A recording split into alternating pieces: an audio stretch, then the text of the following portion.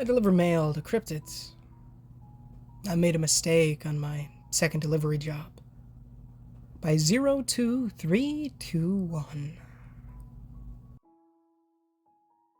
A few weeks passed after my horrible first day of work being a mailman delivering mail to supernatural creatures. I was certain I would be fired after how horribly I did on my first day. I ignored my job description and gotten my partner injured. I expected to have serious ramifications for my actions. However, nothing happened. Since that day, I was assigned to the sorting room. For 8 hours in the day, I went through thousands of colored envelopes, placing the right colors in the right place. I wasn't sure what each color meant, aside from the red one needed to be sent out first. I was not allowed to touch any black envelopes I saw. Instead, I would get my supervisor to take them. I only saw 3 of them while working in the sorting room so far. I worked with some strange-looking creatures. One was a spider creature that barely had any human features. He could sort almost as fast as lightning because of his arms. He only nodded towards me when I said hello to him every day. I was human in a workplace full of monsters. They weren't treating me as badly as I expected. I got a silent treatment. It was a bit unnerving whenever my supervisor looked at me as if I was a 3-course meal and he hadn't eaten for days. My supervisor was a human shaped wrapped in old bandages, similar to a mummy. His bandages were just sloppy, wrapped, trying to hide whatever was underneath instead of being wrapped for preservation purposes. White light shone through where his eyes should be. His mouth was exposed, showing a mouthful of needle teeth. He drooled a little whenever I spoke to him regarding work. He was nice enough to not address that reaction. Overall, it wasn't a bad job. I was starting to think I would be in the sorting room forever. One day I got a message saying I needed to do a delivery job and be at a location at 9 the next night. I dreaded going. I also wanted to see if I could get any information about my coworker Rufus, who lost a leg because of my incompetence. I hadn't been able to talk to any of my coworkers in the sorting room about it. The next night, I found myself in a room looking pretty much the same as the one I entered for my first job. It looked like an empty office with a pretty receptionist sitting at a fold-out table reading a magazine. She looked like the same girl who didn't greet me the last time. She didn't even look up at me when I walked over to her table. I pulled out a few packs of gum and placed it on the table for her. That got her attention. I got a smile out of her. That was all. She stashed away her present, going back to her reading. Knock, knock! My heart leaped into my throat. Rufus was the type of person who would announce his arrival at the same time as knocking. I wanted to see him. But now that it was happening, I dreaded it. The past few weeks, I wanted to know if he was all right. I still wasn't emotionally ready to face someone who had gotten so hurt because of my mistake. Rufus was a tank of a man, with dog ears and a cute carved tail. I hated because it did not match his tough guy image. His kind personality didn't match his image either. He came out of a door from the other side of the room. Ignoring my clear distressed emotional state, he scooped me up into a big hug. I'm convinced I wasn't wearing the magic mailman uniform that protected me from damage. I would have been crushed. His smiling face finally put me at ease after weeks of stress. His pants legs were rolled up. The leg he had lost had been replaced with another looking very similar to his original dog-like leg. The replacement had black fur instead of the sandy brown. He had wrappings around his knee. By how slowly he walked compared to before, it seemed like Rufus wasn't fully healed up just yet. I'm really glad you're doing all right. I've been worried I would get fired because of what happened. I admitted to him. Fired? What? No! You're doing fine! Rufus said with a wide smile that made me feel only slightly better. Your leg got torn off on my first day. I said, still not being able to get over that fact. Well, yes. That isn't great. He admitted, sounding almost guilty for a moment. Don't worry about it. This sort of thing happens. I'm fine, and unlike for you humans, legs can easily be replaced. I just wanted to drop by and introduce you to your partner for this job. If you get along, you'll be partners for a while. I don't know what I expected partner-wise. It could literally be anything. And I mean anything. I saw a pile of mushrooms walking around the sorting room once.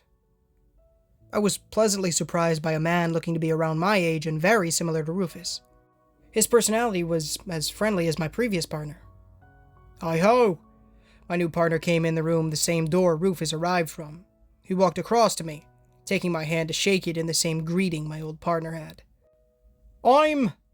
He spouted off a garble of syllables not meant for a human to pronounce, as his name.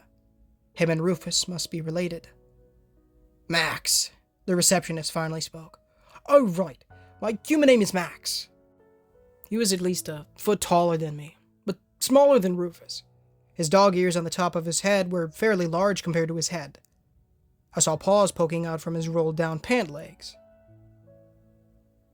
His hand had soft, sandy fur covering them, claws for fingernails. When he shook my hand, I felt small pads on his fingertips, making his hands a paw-hand hybrid. And yes, he did have a curved tail. It suited him far better than Rufus, so I didn't hate it. Max is my son. I suggested him for your partner. I think you would get along, Rufus explained. Max looked like he could barely contain his excitement. Him and his father were much different from all the other creatures that only saw me as a meal. I think this would work out just fine. Your job is to deliver this to honored slithers, the receptionist told us, placing a small cupboard box on the table to take. Max scooped the box up, ready to get started.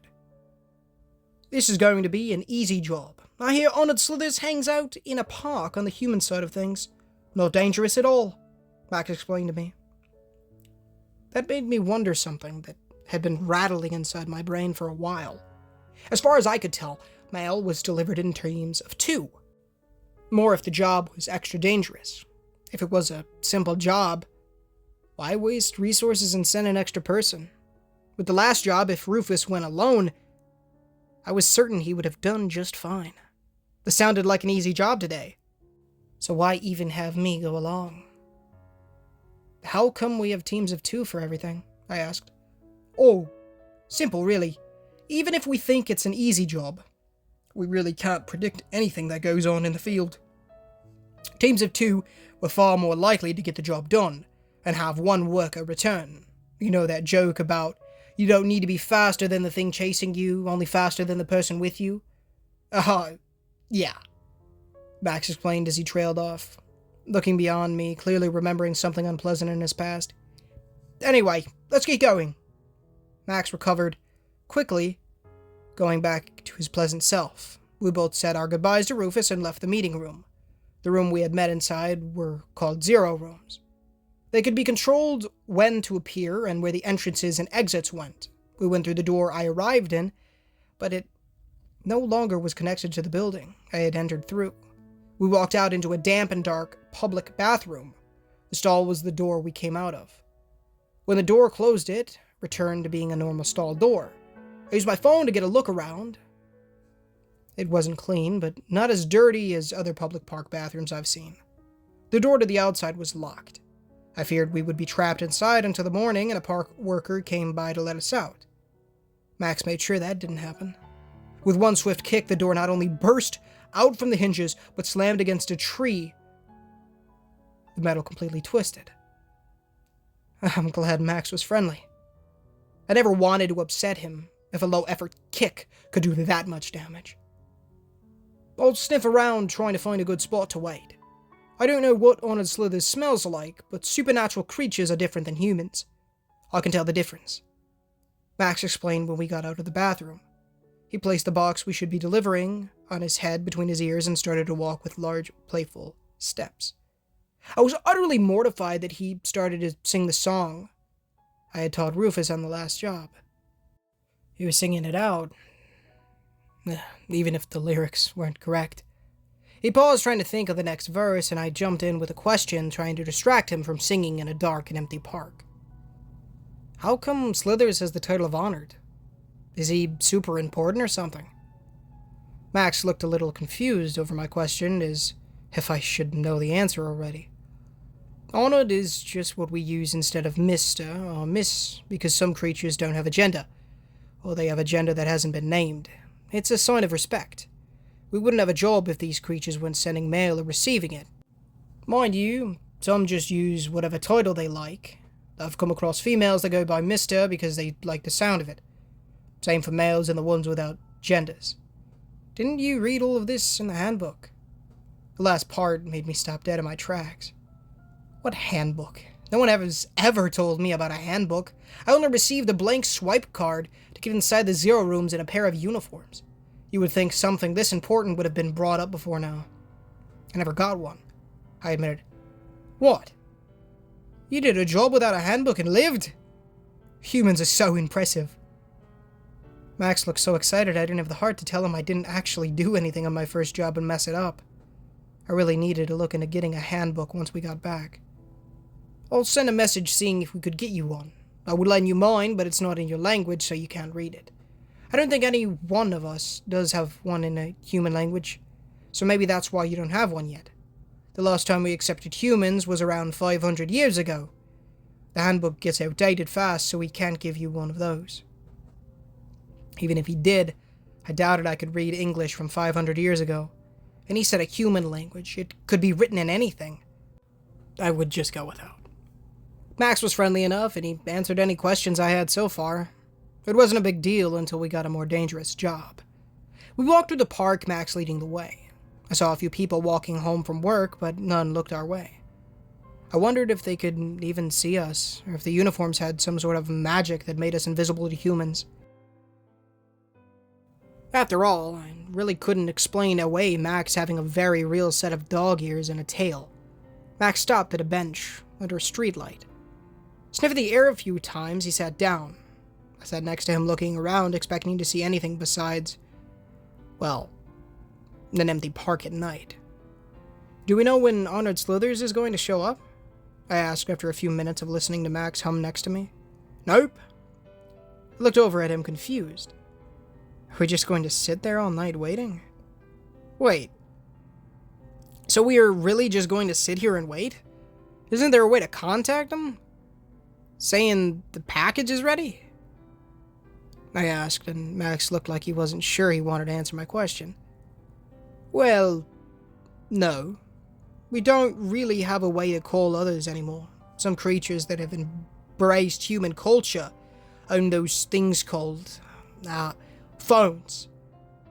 We can call them that way. It's sort of a long answer why creatures like us can't call each other with our own way. We might be here all night. I'm alright listening, I said, and Max brightened up at my answer. There is what you humans would call a spell to call each other. It had to be broken and no longer used because we accepted humans to deliver messages a while ago. It started out fine working with them, but soon they started to hate us for our nature. Some of us do kill and eat humans. The humans had to watch and do nothing when they saw it while working. No one is really angry at your mistake on your first day. We honestly expected it of you. Anyway, the spell was a written one. You could write the creature's name, then what action you want the spell to take. They figured out how to break down the spell and create a different one. It was used to summon and bind any creature they knew the name of. Those humans only used it for a few days, but they had enough time to slaughter thousands of us.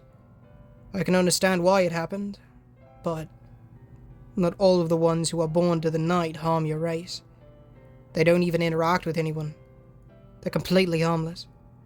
However, they were killed as well. My father and I have names starting with a letter near the end of our alphabet in our language, so that's why we lived through it. Whew. What a scary time. It was a strange feeling hearing Max tell me about humans trying mass killing his species. I really didn't know what this feeling was. The image of that little girl from my first job came to mind. She had suffered and died. For what? How many humans had suffered because of these supernatural creatures? How many had been killed for no reason aside from something wanting to have some fun? Just how many people suffered never knowing what happened to a person they dearly loved? Max was friendly. So was Rufus. They could have died because of what they were. They didn't deserve it, but I felt like some creatures that had been slaughtered back then should have been killed. It was such a gray area. I couldn't decide on a good answer to my feelings. I didn't want to admit to Max I thought some would be better off dead when to him, they were doing nothing wrong. Those creatures were just eating. It didn't matter who got hurt. I felt my phone buzz in my pocket. It was just a message from my father asking if he could borrow money next week. Max looked over at my phone, very interested. Any kind of conversation about work got derailed after that. Max didn't know much about humans. He rarely interacted with them, so what he did know was just bits and pieces he could get secondhand. I would be getting a huge bill for using so much data that night. It was well worth it. For the rest of the night, I showed him everything I could think of on my phone. He loved videos of dogs and puppies, but lost his mind over cats. I don't think there was another person who loved cats as much as Max did the moment he saw one. The night passed without seeing any other supernatural creature. When the sky started to lighten, we went back to the bathroom and entered the stall where the 0 room door appeared, dropping the package back off at the receptionist. We were off for the day. The next 2 nights went about the same. We got paid for sitting on the bench looking at cute cat videos. I bought snacks for us seeing if Max would like human food. He loved it. It only took 3 nights of me hanging out with him to forget the distressing truth I learned when I took this job. I was working with creatures of the night, and those creatures killed humans. A little bit past 11 that night, that truth came crashing down around me. We were eating snacks, looking at more videos, when I heard screams and cries for help coming from down the walkway, fairly close to us. I bolted to my feet, then froze, remembering my last outing. I could not save this woman crying out for help. It went against my job. I could only deliver mail and not interfere in supernatural affairs. I gritted my teeth, listening to the cries for a few seconds when Max spoke up. "Shouldn't you be doing something?" he asked, a mouth full of jerky. "I can't save a human from a creature. It goes against my job." I admitted as my chest started to hurt. "Yes, that's right, but what's going on is a human-on-human thing. I can smell it. You can deal with it if it's 2 humans fighting," Max explained. He didn't need to tell me twice. I was so panicked and worried I did everything wrong. Max had my phone. I didn't even think of grabbing it from him before running off. At a few seconds of running towards the sound of the attack, I saw a woman being assaulted by a man. He was pulling at her clothes, trying to tear at it. She swatted at him, screaming for help. Judging by how she was moving, it looked like she had either sprained it or twisted her ankle. I didn't stop to think. I just grabbed him, yanking him off of her, hoping she would take that chance to run. The problem was I didn't have any sort of plan beyond that. I also had never been in a fight before. In a fury, the man turned on me. To my horror, he pulled a knife from his pocket and swung it at me. I raised my arm to block it, expecting some pain. The knife snapped when it hit my sleeve. It was nice to know that the uniforms not only protected me from supernatural threats, but also human weapons. Tossing the knife aside, he wasted no time. I was forced to the ground, and any punches to my chest also were blocked from the uniform. I tried getting some swings in, but I wasn't very strong. My attacks missed. It was simply useless in a fight. Unable to stop him, the man grabbed a fist-sized rock and slammed it against my head a few times.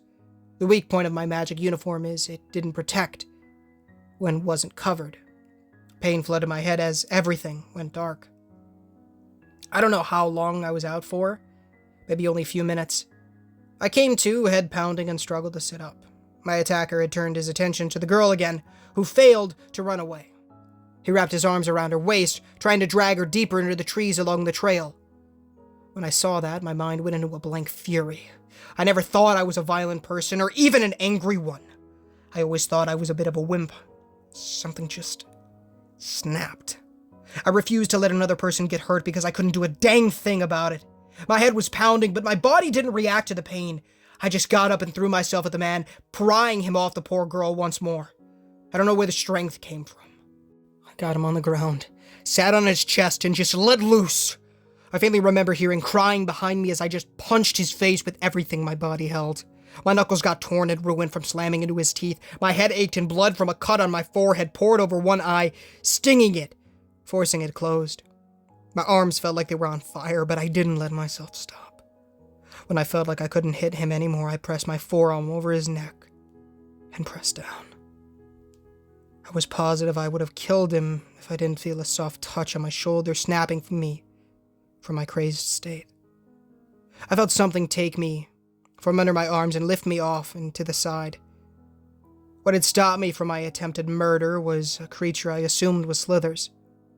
It was made of inky black, wiggling tubes that shone like oil. 2 orbs of flaming white light hovered where its face should be. Seeing the monster snapped me back to a reasonable state of mind. I sat on the ground, panting, completely worn to the bone. Without warning, my stomach hitched and I puked up all the snacks I'd eaten that night, thankfully off to the side and not on my uniform. I heard Max arrive. He sat next to the shocked girl I had tried hard to save. He tried to calm her down. She just kept crying. I didn't blame her. The entire thing was a shock to any normal person. She didn't need another of seeing a squirming creature. Max left her to walk up to the monster that had stopped my assault and handed her the box. He then took out a sheet of paper to get the monster to sign it. It just pressed the bottom, leaving a black spot as a signature. Then, to my horror, Slithers took the beaten and blood man into its squirming tubes of black. I heard sickening crunching sound and I knew that man was dead. I thought I had used up everything I had. When Slithers turned and started to move towards the girl, my body found the strength to stand up, putting myself between them. There were a few tense seconds of a showdown between us before Max broke it up. "It's fine. He won't hurt her. Arnold Slithers is a scavenger. He only eats the dead or the near dead. I think they hung out here because that man you attacked was killing humans in this park, and Arnold Slithers just cleaned up the mess," Max explained. I felt my stomach turn again, and I had to turn away to dry heave. I felt sick down to my bones. If I didn't attack that man so badly, he would be alive. I was the reason why a man was dead. If I just had him arrested, we might learn how many girls he had killed. And Slithers ate them. And now the murder. There would be no evidence of the crimes. Families would never know what happened to those poor girls, all because I couldn't control myself. I was just as bad, if not worse, than the monsters I had been judging. Through tears and dry heaving, I watched as Slithers opened the box Max delivered to him. Inside was an old My Little Pony toy, one from the original show. It looked to be in good shape, the fake gems glittering dully in the dim light. None of us was expecting the toy, and none of us was expecting Slithers to go over to the poor traumatized girl, handing it to her. We did not have time to question the action. I heard voices and saw a flashlight beam. "Cops! Book it!" Max yelled, and all 3 of us moved at once. He took off running, then had to double back to grab me because I was not as fast as he was. Slithers frantically looked around and made a mad dash off into the trees. We left that poor girl with the strangest story and a cute toy. I expected once again to be written up for my actions. I only got an eyebrow from our receptionist, then got sent on my way. Because it was a human-on-human interaction, she didn't care nor offer me any medical treatment. I received notice for another delivery job 2 days from then in the morning.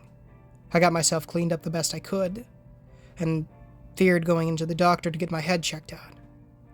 I didn't want them to press me to report what had happened to the police because it was clear I had been in a fight.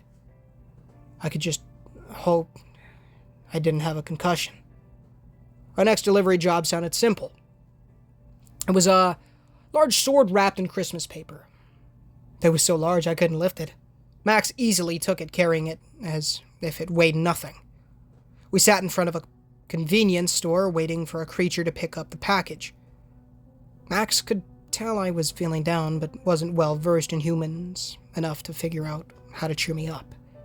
It was the time of year when the night was chilly, but the days got hot. Sitting out front, the sun started to rise, so did the temperature. I thought I would feel hotter wearing a jacket as part as my uniform, but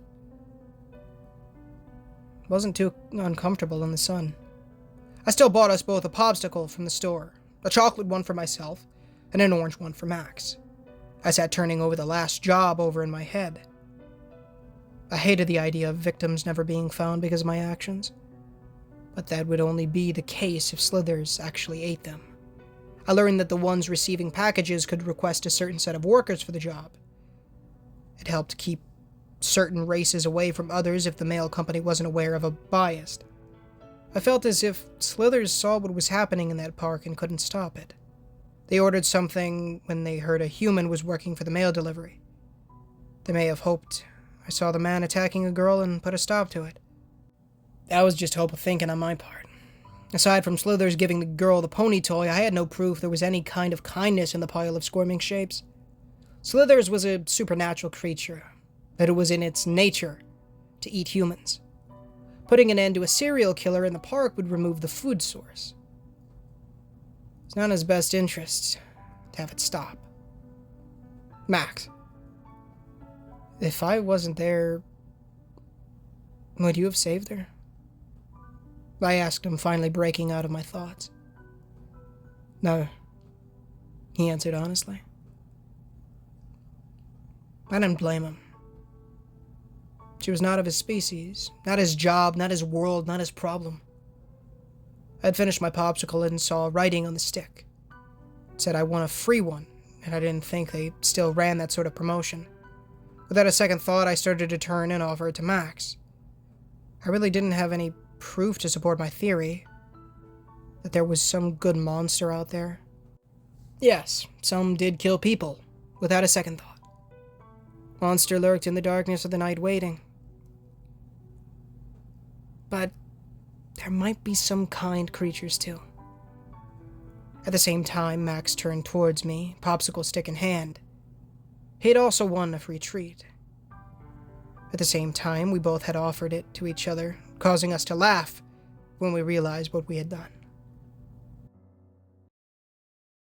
Hey guys, Ninja Gamer here, and thank you so much for listening to today's story. Now, just before I say everything, I do want to say that obviously there was the whole kind of gender thing with the monsters. I've been talking a little bit with 02321, and we're gonna see what. I'm asking him like kind of what it's about, because he said apparently there's quite a lot of that stuff, and you guys know I'm Christian, so obviously I don't support that stuff. But I think it is different in like terms of real world things, because it is a story and it's about a monster. So he can create whatever he really wants to at the end of the day, because it is a story and with monsters. I don't know. That's kind of where I'm at, but I'm still going to put it out here because this story is pretty great. I like it. It's a good one. So I hope to continue it. Hopefully. I do think, we're just going to have to kind of see where the road goes at the end of the day. But, yeah. So, yeah. But, of course, if you did enjoy, please feel free to leave a like, as it does help the channel innumerably and does get the gospel to people Swedes, as well as please consider subscribing, as we are trying to hit 10,000 subs by the end of the year. It would be a massive blessing for the Lord if you guys did so. Of course, please, if you haven't done so already, $1 million question on screen right now. Description, pin comment. Please read that sucker. It's great stuff. And it'll teach you about going to heaven, how to become born again. It'll teach you about repenting of your sins and trusting in the Lord Jesus Christ with every man's own strength, as well as building that relationship with the Lord after you guys have done so by reading the Holy Bible daily, pray daily, and evangelist people. It's great stuff. Yeah. Also, please consider. Wait, go in the description. What am I trying to say? Discord in the description. Please join. And if you guys like live streams, I do stream a lot on YouTube here. A lot of trophy hunting, gaming, stuff like that. So if you guys see it and you are interested, and please let me know. Or please come check it out, rather. For sure. Go check out 02321 in the description. His original Reddit story link and his Reddit page are both linked down there. So please go give him some love. As well as the wonderful Mew, who does all the amazing music for these stories. His YouTube channel and all the music is listed in the description as well. My brothers have a YouTube channel, if you guys want to check that out. If you guys are interested in plush videos, to Mac plush videos, I make quite a few cameos over there. So if you want to see me in something other than horror stories and gaming, go check that out. It's great stuff. I'd be very appreciative if you guys could do that. Also, all the sound effects are in the description. There's not as many as the Barron County anthology in here. I'll leave a link to that playlist in the description. My favorite story that I've done so far. I should say stories, but yeah, because it's multiple stories, but still. And that one's not over, so stay tuned for that. January 31st. What's it, the 10th today? Or is it the 11th? It's the 10th.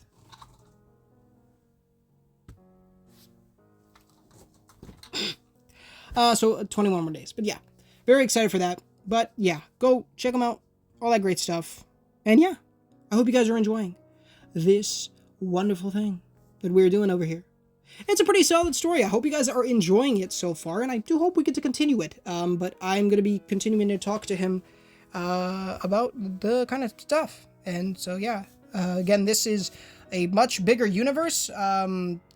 Called like the Silver King universe. I think the Silver King was mentioned a little bit, but yeah, something like that. So overall, I'd like to do all the stories because I think it would be the best way to do it. Obviously showing you everything a part of it. Yeah. So that is currently the plan, but we're going to be talking in the background. So yeah, I love you guys, and stay tuned for anything else that we pump out here. Obviously I talked about, brand new Barron County story coming out soon, but other stuff, I'll be looking for other things. I really need to send Cryptic Nightmares a message, so I'll probably do that soon, so we can narrate second half of Tiny Town and good old a different story that I won't say. It's a good one though. It's a great one. Listen to Mr. CreepyPasta narrate that. I'll leave a link to his channel in the description as well. But yeah, I love you guys. I'm gonna let you go. Stay tuned for current stuff. Stay tuned for more. And as always, y'all, I will see y'all. First off, I watched like Breaking Bad a lot yesterday. Man, show was so good. Such a good show. Jesse. It's a great show. Truly, truly, I love it. I'm probably gonna do the same thing tonight. I'd like to stream, man. But it kind of like, it's super easy for me to stream when I stay up at, in like 3 a.m. because but then it becomes like a chore for me to freaking, I gotta make sure I'm there for filming. I'm not really there for my family, if they want to do stuff, and, I like doing stuff. So that's kind of where I am, regardless of when I go to sleep. I wake up at 11. That's really not been an issue. I try to stay about 8 hours, which I guess is the usual. Try to be a bit better, and yeah, it's been all right. Sometimes I do like the 12-hour, but honestly, that's a lot, that's 12-hour days, not a lot of time. So yesterday, even though I was exhausted by the time I got home from my grandma's, I was still in the position where, that's what I was like. So I stayed up till like 3, woke up at 11 this morning, which is great. So, yeah, I'm feeling good, baby. All right, I'm gonna let you go now. I love you guys. God bless you. I'll see you in the next one. Hope you enjoyed. Leave a like if you did. I love you guys. Thank you so much for watching. And as always, I will see, this is Ninja Gamer. Signing off.